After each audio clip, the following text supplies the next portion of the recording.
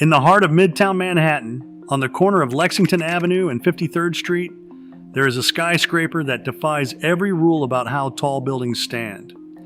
It rises 59 stories on 4 massive stilts, planted not at the corners of the building, where every structural engineer since the beginning of steel construction has placed them, but instead in the dead center of each face.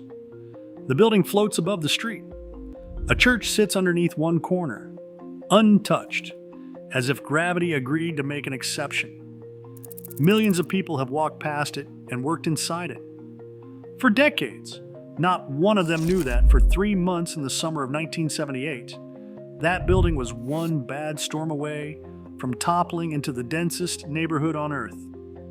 And that the people responsible for their safety had decided, deliberately and in secret, never to tell them.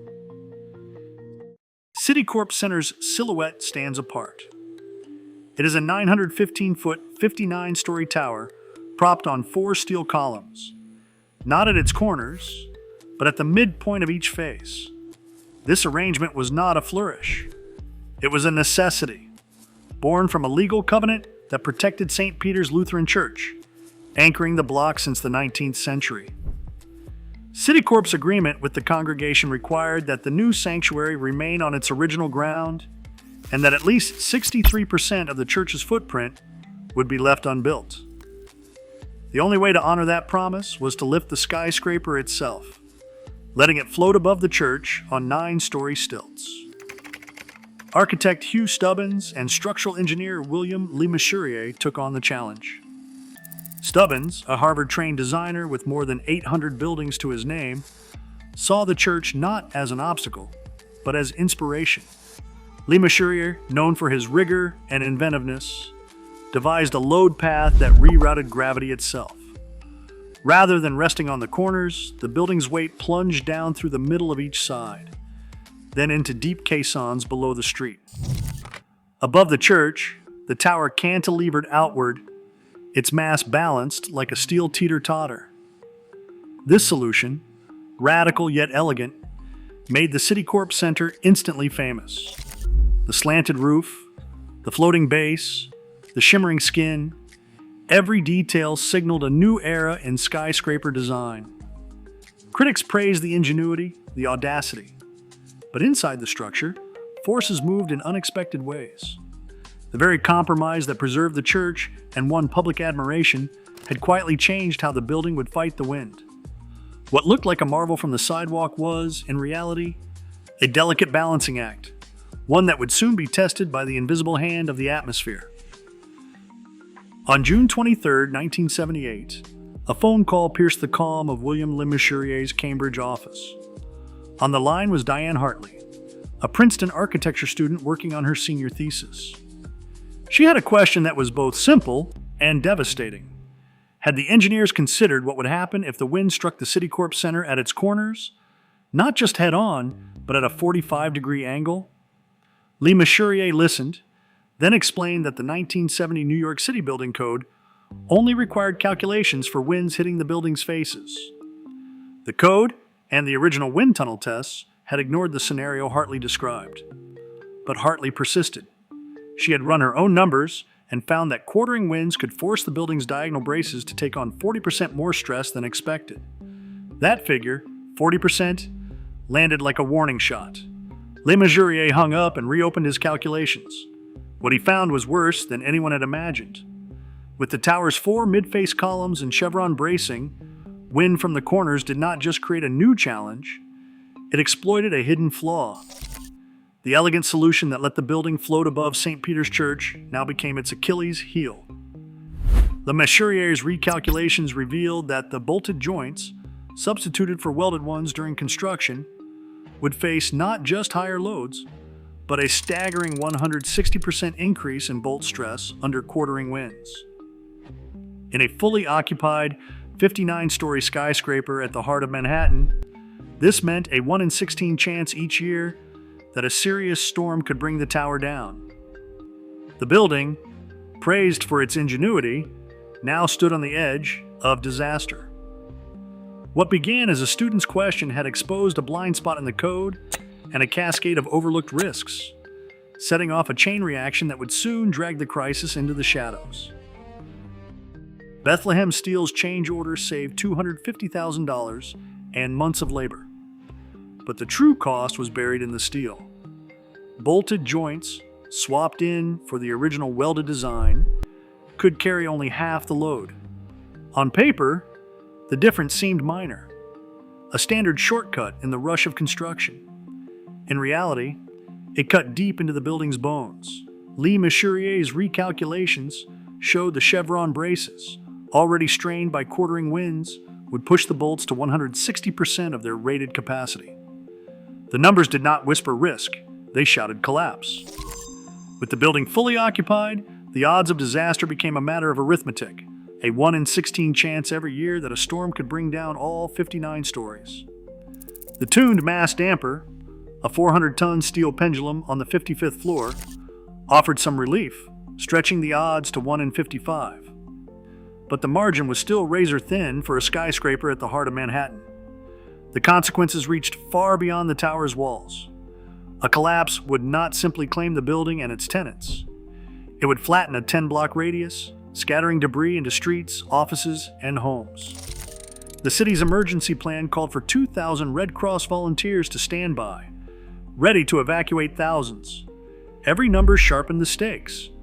200 joints to reinforce, a half mile of city blocks at risk, and a flaw that could turn Midtown into a disaster zone. Le Mesurier did not keep these numbers to himself.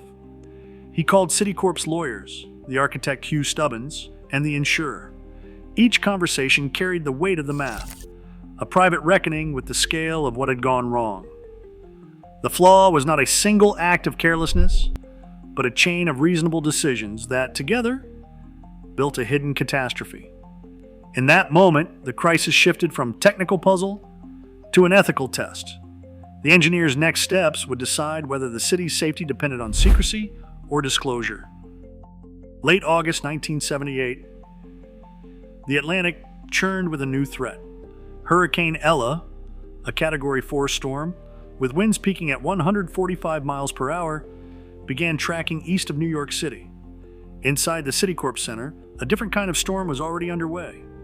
Under the code name Project Serene, a covert engineering operation took shape. Each night, as the city's lights flickered and offices emptied, welders slipped behind plywood barriers, their torches igniting on the 13th floor, the building's structural weak point. Their task was to reinforce 200 critical joints, each one originally held by bolts that could never withstand a major storm. 2-inch steel plates, custom cut and hoisted into place, were welded over the bolted connections, restoring the strength Lee Mesurier's calculations demanded. The work moved in silence and shadow. Power for the welders and the 400-ton tuned mass damper came from emergency generators, humming through the night to keep the building steady. Strain gauges on the chevron braces fed real-time data to engineers on site. 3 times a day, weather briefings arrived. Each forecast scrutinized for any hint that Ella's path might shift toward Manhattan. If wind speeds rose, the crew would halt work and brace for the worst. The building, half repaired, was most vulnerable during those hours. No one outside the core team knew the true reason for the late-night activity. Tenants were told it was routine maintenance. In reality, the welders were racing the clock, their progress measured not just in feet of steel, but in hours left before the next weather update. Every night brought the city closer to safety, or to disaster. Beneath the surface of Midtown, the city braced for a disaster it could never publicly acknowledge. Police and emergency planners mapped out evacuation routes, drawing a 10-block radius around the Citicorp Center. If the tower failed, debris would rain down across half a mile of Manhattan, an outcome measured not in blueprints, but in lives. The American Red Cross mobilized 2,000 volunteers, each one ready to guide thousands to safety, set up shelters in nearby schools, and coordinate medical care. The plan was rehearsed in silence, waiting for a signal that, mercifully, never came. The cost of secrecy was measured in more than nerves. The emergency retrofit involved 200 joints, each reinforced under cover of darkness, and it demanded $12 million. Citicorp's insurer paid out $2 million, but the company absorbed the rest, choosing to shield its engineers' reputation and avoid a public reckoning. Every dollar spent was a quiet admission. The building's celebrated innovation had nearly become its undoing, and the fix would remain hidden from tenants, neighbors, and the city itself. For almost 2 decades, the truth stayed locked in private files and corporate memory. Then, on May 29, 1995, journalist Joe Morgenstern published The 59-Story Crisis in The New Yorker. His investigation revealed the full extent of the danger, the secret repairs, and the citywide contingency plan that had been kept from public view. Only then did the people who lived and worked in the shadow of the tower learn how close they had come to catastrophe, and how the choice to protect them had also meant keeping them in the dark.